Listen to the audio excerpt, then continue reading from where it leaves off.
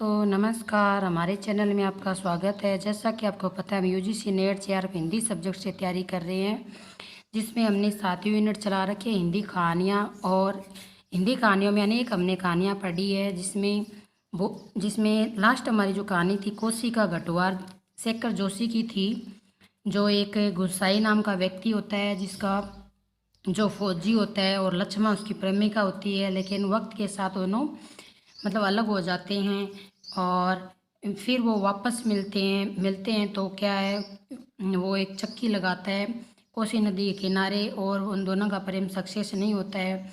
और इस प्रकार इस कहानी को आगे बढ़ाते हुए कोसी का घटवार कहानी हमने पढ़ी थी, जो एक नई कहानी के लेखक की लिखी हुई थी। आज हम जो कहानी पढ़ेंगे कृष्णा सोबती, सिक्का बदल गया है।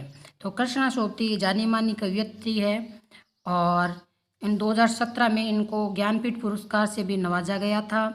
और अब जो हमें जो कहानी पढ़ेंगे, पिछली बार इसमें क्वेश्चन बना था और इस बार भी क्वेश्चन बनेगा निश्चित है, क्योंकि जो प्रसिद्ध और चर्चित व्यक्ति रहते हैं उनके क्वेश्चन मोस्ट इम्पोर्टेंट होते हैं। और ज़्यादा टाइम वेस्ट न करते हुए हम पढ़ते हैं। कृष्णा सोबती की कहानी है सिक्का बदल गया, आज की हमारी कहानी है। तो कृष्णा सोबती हिंदी साहित्य की प्रसिद्ध लेखिका रही है। ये विभाजन के मूल की रचनाकार है, यानी जब देश आज़ाद हुआ था उस वक्त पाकिस्तान और भारत अलग अलग हो रहे थे, उस वक्त के उन्होंने अनेक कहानियाँ और उपन्यास लिखे हैं। अतः इनकी रचनाओं में विभाजन की स्थितियों का वर्णन हुआ है।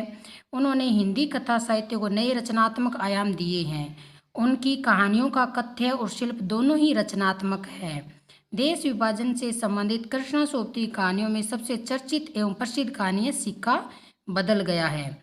यह कहानी वर्ष 1948 में प्रतीक पत्रिका में प्रकाशित हुई थी। तो यह कहानी लिखी गई थी 1948 और प्रतीक पत्रिका में प्रकाशित हुई थी। और किसकी कहानी है सिक्का बदल गया है? कृष्णा सोबती की कहानी है, जो एक जानी मानी लेखिका है और रचनाकार है। अब हम पढ़ते हैं कहानी के प्रमुख पात्र। कहानी के प्रमुख पात्रों में दे रखे हैं, जिनमें सहानी, शेरा, हंसेना और थानेदार दाऊद। तो आपको ध्यान में रखना है सहानी, शेरा और हंसेना। तो पूछ सकते हैं कि सहानी, शेरा और हंसेना किस कहानी के प्रमुख पात्रों में से एक है।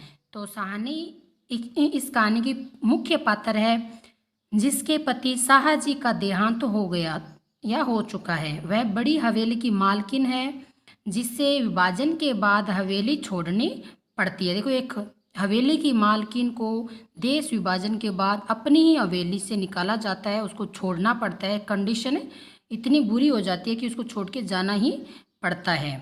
शेरा शाहजी का सेवक था। उसकी माँ की मृत्यु के बाद सहानी ने उसकी पालन पोषण किया। वही अंत में सहानी को मारने के लिए योजना भी बनाता है। देखो, सहानी ने शेरा को पाला था और सेवक था जब वो हवेली की मालकिन थी, लेकिन जैसे उसके पति का देहांत होता है, देश विभाजन होता है, तो उसके मारने की प्लानिंग बनाता है। उसके बाद हंसेना, शेरा की पत्नी, जिससे सहानी बहुत महत्व देती है। थानेदार दारूद, जो किसी समय शाहजी का वफादार था, लेकिन आज वही शाहजी को बड़ी हवेली खाली करने को कहता भी है। तो ये कहानी के प्रमुख पात्रों में से थे। अब नेक्स्ट पढ़ते हैं हम कहानी की समीक्षा। कहानी की समीक्षा में आगे बढ़ते हुए यहाँ लिखा गया है कि सिक्का बदल गया कहानी में विभाजन से उत्पन्न दारूद परिस्थितियों के मार्मिक चित्रण के साथ मानवीय संबंधों और मूल्यों पर आए विघटन का भी वर्णन हुआ है, कि कैसे परिस्थिति बदलने के साथ ही स्थितियाँ बदल जाती है। चाहे वो मानवीय संबंध ले लो, चाहे परिस्थिति ले लो, लेकिन वह क्या है, परिवर्तन आ ही जाता है। यह कहानी एक विधवा नारी सहानी की पराधीनता और विवशता की कहानी है। पराधीनता यानी जो हार जाती है ना, या फिर क्या है, तो दूसरों के आगे क्या है, पराये व्यक्तियों के सामने अपने आप को समर्पण कर देती है, जिसमें शोषित वर्ग के बदलते सामाजिक मापदंड का सफल चित्रण हुआ है। यह कहानी विभाजन की पृष्ठभूमि पर लिखी गई है, जिसमें स्पष्ट किया गया है कि सत्ता परिवर्तन मानव को नहीं देखता, केवल सिक्के को बदलता देखता है। इसी प्रकार इस कहानी में आगे आएंगे जो तरह तरह के इसमें जो राज है वो खोलेंगे, वही हमें पढ़ेंगे। तो कहानी में दर्शाया गया है कि साहनी जो किसी समय हवेली की मालकिन थी, आज सत्ता बदलने पर उसे हवेली से शरणार्थी बनाकर निष्कासित किया जा रहा है। साहनी के पति शाहजी मालिक थे, जीवित रहते तो लोग उनका सलाम करते थे। उनकी मृत्यु के बाद मालकिन को लूटने का मार्ग सोचते हैं। शाहजी के घर में नौकरी करने वाले आसामी आज शोषक वर्ग के विरुद्ध इकट्ठा हो गए हैं। समय बदल गया, साथ ही सत्ता के बदलने से सिक्का भी बदल गया। यही बात इस कहानी में बताई गई है कि वक्त के साथ सब कुछ बदल जाता है, कोई किसी का नहीं रहता है, सब स्वार्थी होते हैं और जिस वर्ग में पलड़ा भारी होता है लोग उसी की तरफ हो जाते हैं।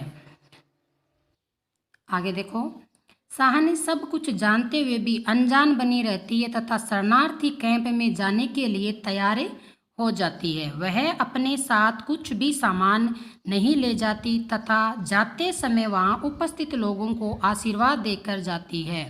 कैंप में पहुंचने पर वह सोचती है कि राज पलट गया है तो सिक्का भी बदल गया है।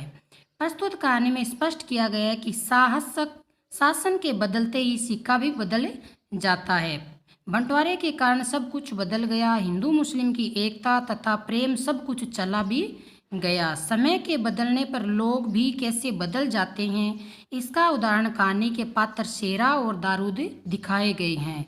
लोगों की स्वार्थपरक नीति का उल्लेख कर उसकी हृदयहीनता को दर्शाने का प्रयास भी इस कहानी के माध्यम से बताया गया है कि वक्त के साथ लोग भी बदल जाते हैं। जो लोग हिंदू मुस्लिम विभाजन से पहले एकजुट होकर रहते थे, भाईचारा प्रेम था, लेकिन विभाजन के बाद वो भी एक दूसरे के दुश्मन बन गए थे। इसी प्रकार यह कहानी आगे बढ़ती है और इस कहानी में कृष्णा सोबती ने बहुत ही सत्य चीज़ों को दर्शाया गया है। आगे देखो, इस प्रकार कृष्णा सोबती ने विभाजन के कटु सत्य को उचित तथ्यों के साथ कहानी में प्रस्तुत किया है।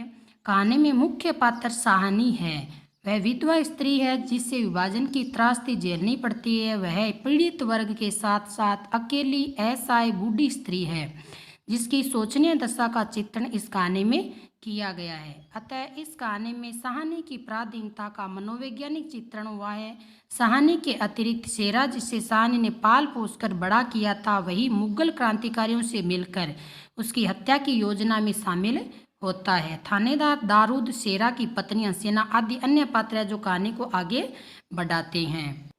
आगे देखते हैं, कहानी में देश की आज़ादी की लड़ाई, बंटवारा, हिंदू मुस्लिम संबंधों तथा खून खराबा, शरणार्थी कैंप आदि के साथ जिसकी सत्ता थी वे सत्ताहीन हो गए तथा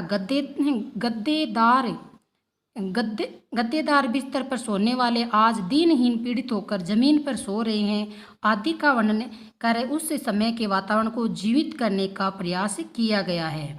इस प्रकार सिक्का बदल गया कहानी में देश के बंटवारे और बेकार के खून खराबे तथा हत्यारे, अमीर शाही जीवित बिताने वाले की दुर्दशा का चित्रण करना लेखिका का उद्देश्य रहा है, जिसमें पूर्णतः सफल हुई है। तो क्वेश्चन बन के आ सकता है कि ऐसी कौन सी कहानी है जिसमें पहले वो लोग गद्दे पर सोते थे, अमीरी की तरह रहते थे, लेकिन जैसे ही विभाजन होता है, बंटवारा होता है, तो लोग गरीबी की तरह रहने लग जाते। तो वह कहानी है सिक्का बदल गया। कहानी लेखिका है कृष्णा सोबती। तो यह आज की हमारी कहानी थी। कैसी लगी मित्रों बताना कमेंट बॉक्स में जाके। अगर हमारा प्रयास आपको अच्छा लग रहा है तो अपने दोस्तों के साथ शेयर कीजिए और ज़्यादा से ज़्यादा हमारे कंटेंट को देखिए और अपनी तैयारी को बरकरार रखिए। आज के लिए इतना ही दोस्तों, नमस्कार एंड धन्यवाद।